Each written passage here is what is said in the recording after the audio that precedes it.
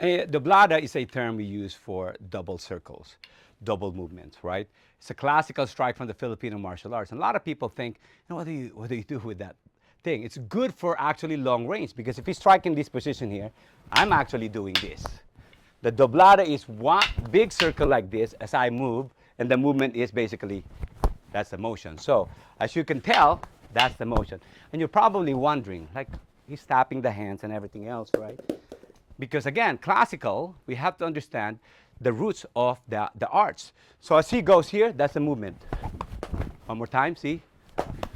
I'm moving and I'm tapping, tap, tap. Okay? You're wondering, why is he tapping his hand? And things like, do I have to? No, I don't have to do that. I can go here and do that over and over. Just keep my hand over here. Or I can go ahead and use that tapping movement as I go and hit that hand. In reality, if you hit that hand, he wouldn't have anything else, right? But you're thinking, what's the purpose of the doblada? You know, I mean, again, in my opinion, there's like different interpretation of the art. You can put your hands up like in this position like this. And if I angle my movement, my body's like this. The doblada is nothing but big circles. I can go here and then all of a sudden hit here. See, watch. So my movement now, if I'm going like this, put my hands up, I dodge, see, I clear. And then the tap, see the tap? Tap. So now the tapping continues here, but now it goes there.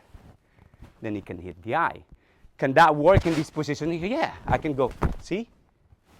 I can go in this position here and then hit that eye there. Now, is that going to be powerful? You tell me. Why don't you try to go ahead and do this to your eye and see why that is Bruce Lee's favorite strike, the eye jab. But that's the movement. As he goes like this, I don't need to wait for him to strike. I can clear and doblada this because it's a downward movement. This is my doblada, see? It's a downward movement, but instead of tapping here, I go here, tap there, boom, and hit the hand. How does that work? I clear this downward, see? Now there's no more barrier. Now I can hit. And of course, you can go ahead and do your movement, any technique you want to do to finish up, depending on your art. But that's the beauty about the Filipino martial arts. Give you those little understandings of what we do, and then you take all the weapons away from your hands, and then all of a sudden the hands move.